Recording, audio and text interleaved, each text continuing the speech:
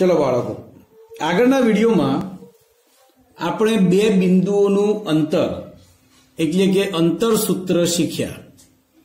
હવે આપણે વિભાજન કરતું બિંદુ વિશે શીખીશું। તો જુઓ શું છે તો અહીં આપણે સમજવાનું છે રેખાખંડનું અંતઃ વિભાજન।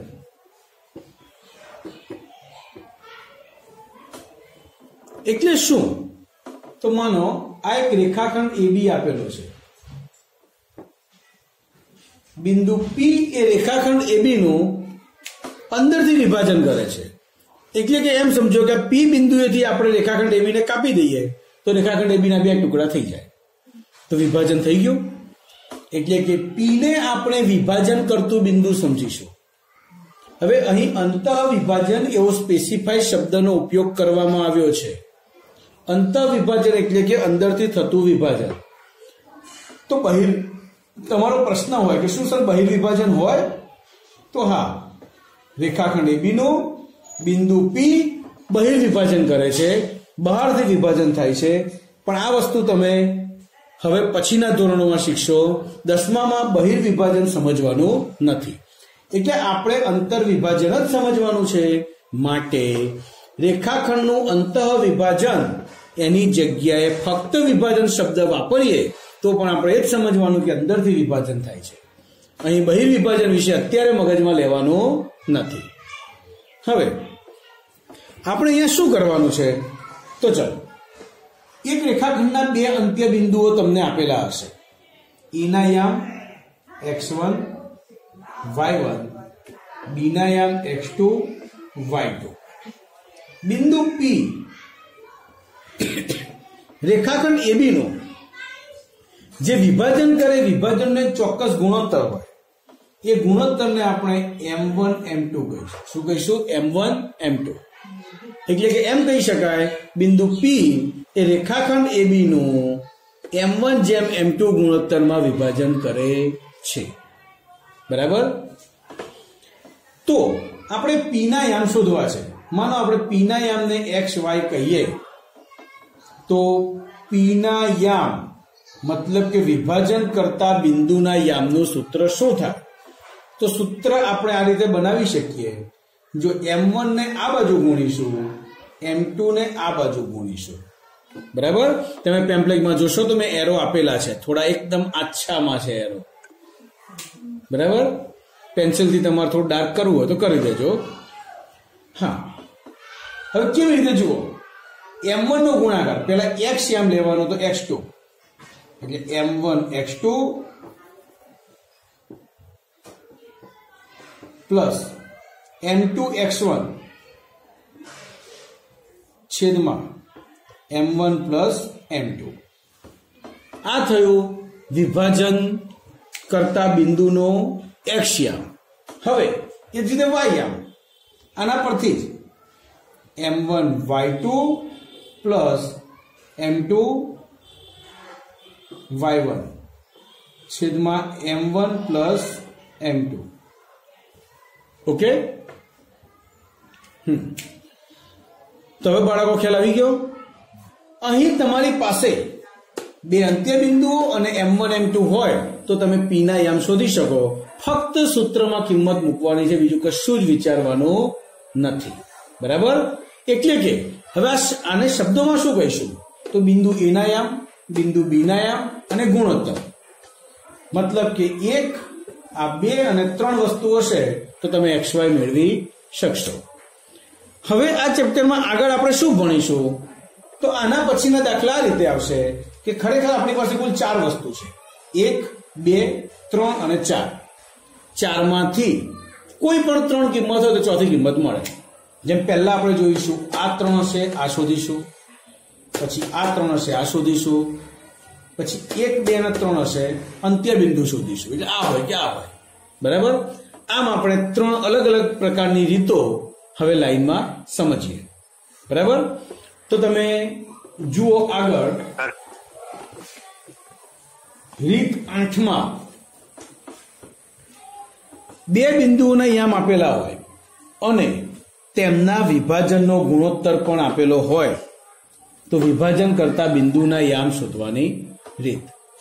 ઓકે, તો ચલો, બે બિંદુઓના યામ આપેલા હશે. તો ઉદાહરણ 1 માં જુઓ, બિંદુઓ છે 3, 5. બિંદુ A 3, 5. બિંદુ B બીજું -4, 6. સોરી, 3, -5.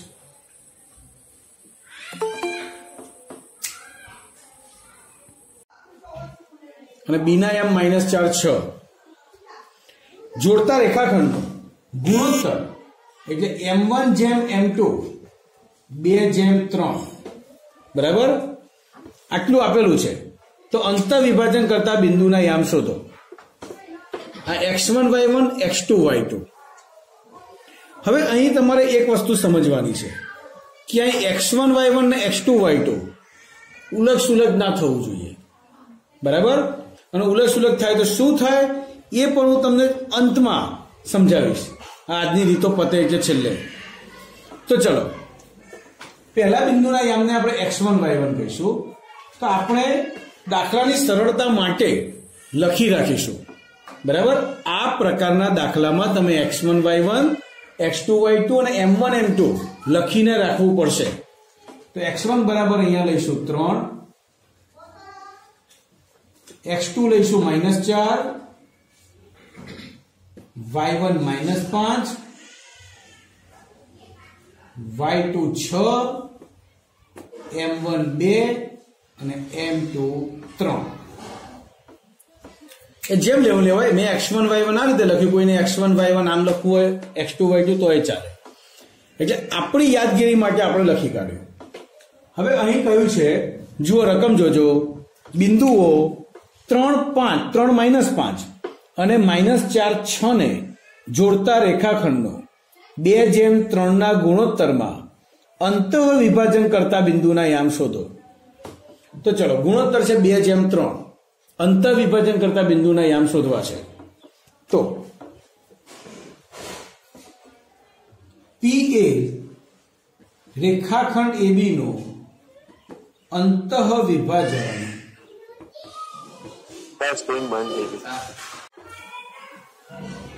જો અહીં તમને કહ્યું છે કે A અને B બે બિંદુઓ છે, બંનેના યામ છે. એટલે કે x1 3, x2 -4, y1 -5, y2 6, m1 m2 2 અને 3. એટલે m1 2 અને m2 3. એ રીતે આપણે ધારી લીધું. હવે ધારો કે P એ રેખાખંડ AB નું અંતઃ વિભાજન કરે છે, માટે P ના યામ આપણે શોધવાના છે. તો જુઓ, માટે P ના યામ. તો આપણે શાંતિથી સમગ્ર સૂત્ર પહેલા લખીશું. m1 x2 plus m2 x1 છેદમાં m1 પ્લસ m2. ફરીથી m1 y2 plus m2 y1 છેદમાં m1 પ્લસ m2. હવે આપણે કિંમત મૂકીશું. શાંતિથી બધી કિંમત મૂકશો તો કશું જ અઘરું નથી. સૂત્ર જોઈને કદાચ તમને એમ લાગે આવું બધું વિચિત્ર, પણ ખરેખર બહુ જ સહેલું છે. દરેક બાળક ધ્યાનપૂર્વક જોજો. m1 2, x2 -4 plus m2 3, x1 3 છેદમાં m1 પ્લસ m2 એટલે 2 પ્લસ 3. એવી રીતે m1 2, y2 6, m2 3, y1 -5. ક્યાંય કોઈ કિંમત મૂકવામાં મિસ્ટેક ના થવી જોઈએ. હવે ગુણાકાર કરો. 4 દુ 8 -8 પ્લસ 3 તરી 9, 3 વત્તા 2 5, 6 દુ 12 પ્લસ માઇનસ માઇનસ 5 તરી 15, 2 વત્તા 3 5. 9 માંથી 8 જશે 1/5, 15 માંથી 12 જાય -3/5. આ મળી ગયા તમારા વિભાજન કરતા બિંદુ P ના યામ. બરાબર. હવે અહીં મેં દાખલો બંને યામ સાથે રાખીને ગણેલો છે. હવે તમે પેમ્પલેટમાં જોશો તો પેમ્પલેટમાં મેં પહેલા એક્સ યામની ગણતરી કરી, પછી પેજ નંબર 9 હોય એટલે બાજુમાં જોશો તો તમને ખ્યાલ આવશે પછી મેં વાય યામની ગણતરી કરી અને પછી બંને યામ મેં સાથે લખ્યા. મેં અલગ ગણતરી એટલા માટે કરી કે આવી રીતે પણ કરી શકાય અને પેમ્પલેટમાં છે એવી રીતે પણ કરી શકાય. બરાબર. હવે ફક્ત ડાયરેક્ટ વિભાજન કરતા બિંદુના યામ શોધવાના હોય તો ભેગું કરાશે. બાકી હવે પછીના દરેક દાખલામાં પેમ્પલેટમાં છે તેમ અલગ અલગ જ ગણતરી કરવી પડશે. એ ધ્યાનપૂર્વક જોતા જજો. તો ચલો રીત 10. તો અહીં રેખાખંડના બંને અંત્ય બિંદુઓ આપેલા હશે. જુઓ આ રેખાખંડ AB, એના યામ તમને આપેલા છે -3, 5. બી ના યામ 4, -9 અને વિભાજન કરતું બિંદુ P છે અને P ના યામ -2, 3. બરાબર. મોટે ભાગે અંદર બિંદુઓના નામ તો આપેલા જ નથી હોતા, પરંતુ આપણી રીતે ધારી લેવાના. બરાબર. આપણી રીતે ધારીને આગળ વધવાનું. હવે એમ કહ્યું છે કે કયા ગુણોત્તરમાં વિભાજન કરશે. મતલબ કે આ દાખલામાં આપણે શીખવાનું છે M1 અને M2 શોધવાનું છે. તો આપણે x1 y1 જુઓ, x1 બરાબર -3, y1 બરાબર 5, x2 બરાબર -2, y2 બરાબર 3, m1 બરાબર 4 અને m2 બરાબર -9. તો આપણે m1 m2 શોધવાનું છે. આ x1 y1, આ આપણે x2 y2 કરીશું 4 અને -9, અને જે p ના યામ છે એ x અને y તરીકે લઈશું -2 અને 3. આપણે m1 જેમ m2 એ બંને શોધવાનું છે. તો હવે શું કરીશું જુઓ, p નો x યામ બરાબર, તો અહીં x યામ ને y યામ અલગ અલગ લઈને કામ કરીશું. સૂત્ર મળશે m1 x2 plus m2 x1 છેદમાં m1 પ્લસ m2. ચલો p નો x યામ શું છે તમે જોઈ શકો છો -2.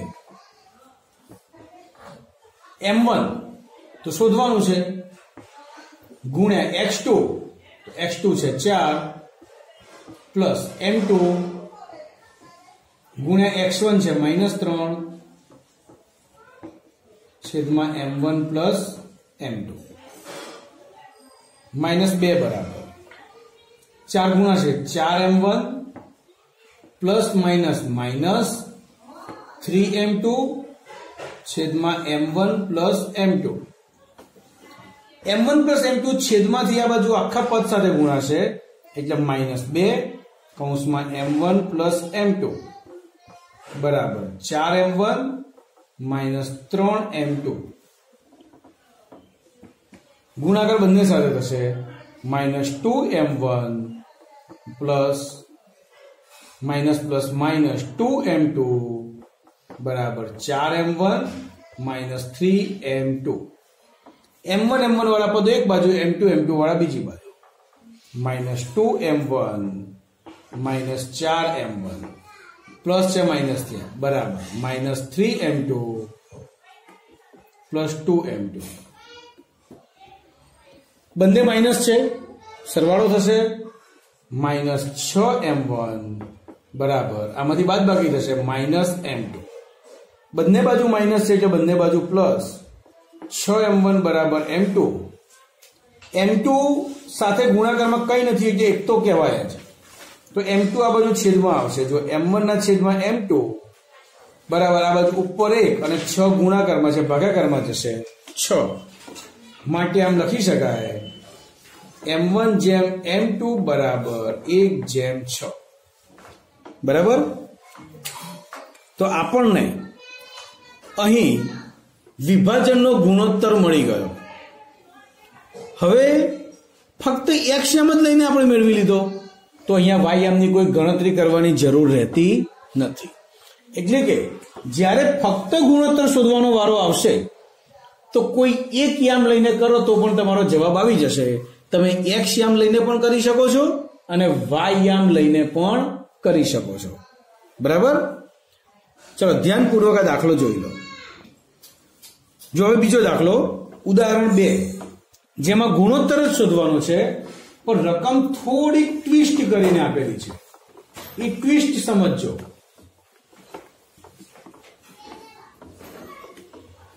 જુઓ, અહીં તમને કહ્યું છે કે એના યામ 1 - 2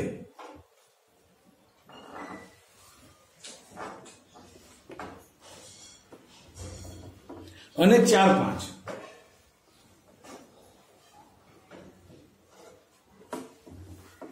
ને જોડતા રેખાખંડનું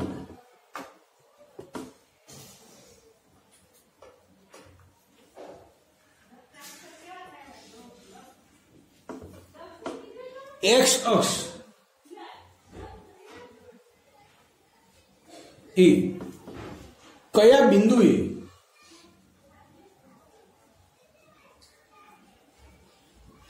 અને કયા ગુણોત્તરમાં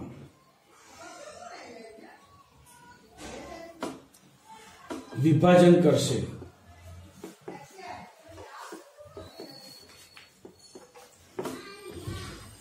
એટલે અહીં 2 વસ્તુ શોધવાની, કયા બિંદુએ અને કયા ગુણોત્તરમાં. હવે ફરીથી આપણે આ રકમને ધ્યાનપૂર્વક સમજીએ. જુઓ, 1 - 2 એટલે આ બિંદુ થયું A, જેના યામ આપણે લખ્યા 1 - 2. બીજું બિંદુ છે 4, 5.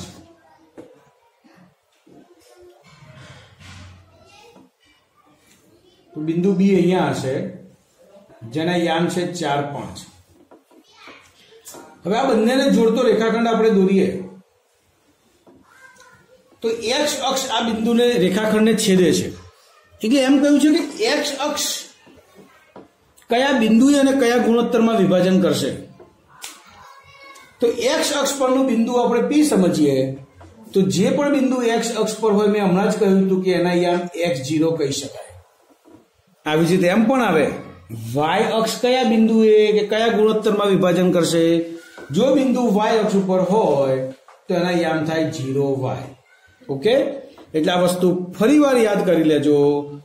કોઈ બિંદુ એક્સ અક્ષ પર હોય તો એના યામ આપણે x0 સમજવા, અને કોઈ બિંદુ વાય અક્ષ પર હોય તો તેના યામ આપણે 0y સમજવા. ઓકે,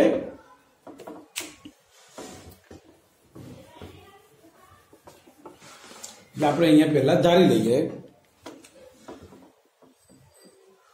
ધારો કે બિંદુ P એ x અક્ષ પર છે અને રેખાખંડ AB નું વિભાજન કરે છે. માટે P ના યામ, તો P ના યામ શું થાય? x0. ઓકે, P ના યામ શું થશે? x0. તો હવે સમજો,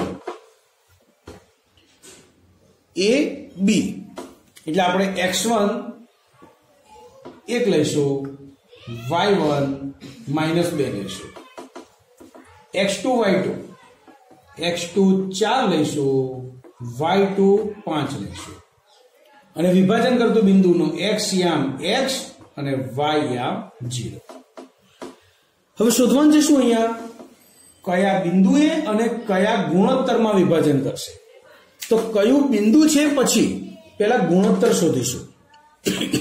તો ગુણોત્તરમાં મેં આગળ જે દાખલો ગણાવ્યો એમાં તમે જોયું કે કાં તો x અક્ષ કાં તો y અક્ષ, કોઈ એક અક્ષ હોય તો તમે શોધી શકો છો. બરોબર? તો અહીં y અક્ષની કિંમત છે 0, દેખાય છે ને? તો y ની કિંમત લઈને આપણે કામ કરીશું. તો જુઓ, P નો y યામ બરાબર m1 y2 plus m2 y1 છેદમાં m1 પ્લસ m2. ચલો, P નો y યામ છે 0 બરાબર m1, તો m1 આપણે શોધવાનું છે, y2 5. Plus m2 y1 minus 2 છેદમાં m1 પ્લસ m2 આખું અહીંયા ગુણાઈ જશે 0 ગુણ્યા m1 m2 કે 0 થઈ ગયું એટલે 5m1 plus minus minus 2m2 2m2 આ બાજુ લઈ લો એટલે માઇનસ છે પ્લસ થઈ ગયું બરાબર 5m1 m2 આ બાજુ છેદમાં જશે 5 આ બાજુ છેદમાં આવશે એટલે 2 ના છેદમાં 5 બરાબર m1 છેદમાં m2 બાળકો જ્યારે m1 m2 શોધવાનું હશે તો આ રીતે ગુણોત્તરમાં જ મળશે અંશ છેદમાં m1 બરાબર 2 અને m2 બરાબર 5 એમ અલગ અલગ ક્યારેય નહીં મળે એટલે m1 છેદમાં m2 બરાબર 2 છેદમાં 5 તો તમે જોઈ શકો છો કે અહીં આપણે કયા ગુણોત્તરમાં વિભાજન કરશે તો એ આપણે શોધી કાઢ્યું બરાબર હવે ઉપરનું પૂછી કાઢું છું પણ એટલું જોઈ લો હવે અહીં કહ્યું છે કે કયા બિંદુએ વિભાજન કરશે બિંદુ આપણે શોધીએ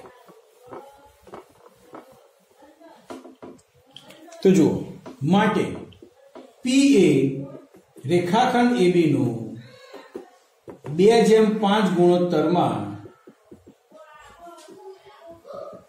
વિભાજન કરશે માટે m1 m2 m1 બરાબર 2 m2 બરાબર 5 x1 y1 x2 y2 આ જ લઈશું x1 બરાબર 1 y1 બરાબર -2 x2 બરાબર 4 y2 બરાબર 5 હવે આપણે શોધવાનું છે શું બિંદુના યામ તો y યામ તો 0 જ છે તો હવે આપણે બાકી શું રહ્યો ફક્ત x યામ એટલે p નો x યામ બરાબર mx2 m1x2 પ્લસ m2x1 છેદમાં m1 plus m2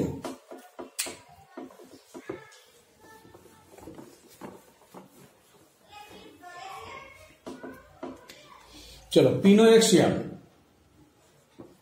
x m1 2 x2 4 plus m2 5 x1 1 नीचे m1 m2 2 प्लस 5 4 2 8 5 1 5 नीचे 5 वत्ता 2 7 8 ने 5 13 भाग्या 7 तो x યામ શું થયો 13 છેદમાં 7 માટે છેલ્લે લખી દેવાનું અંતઃ વિભાજન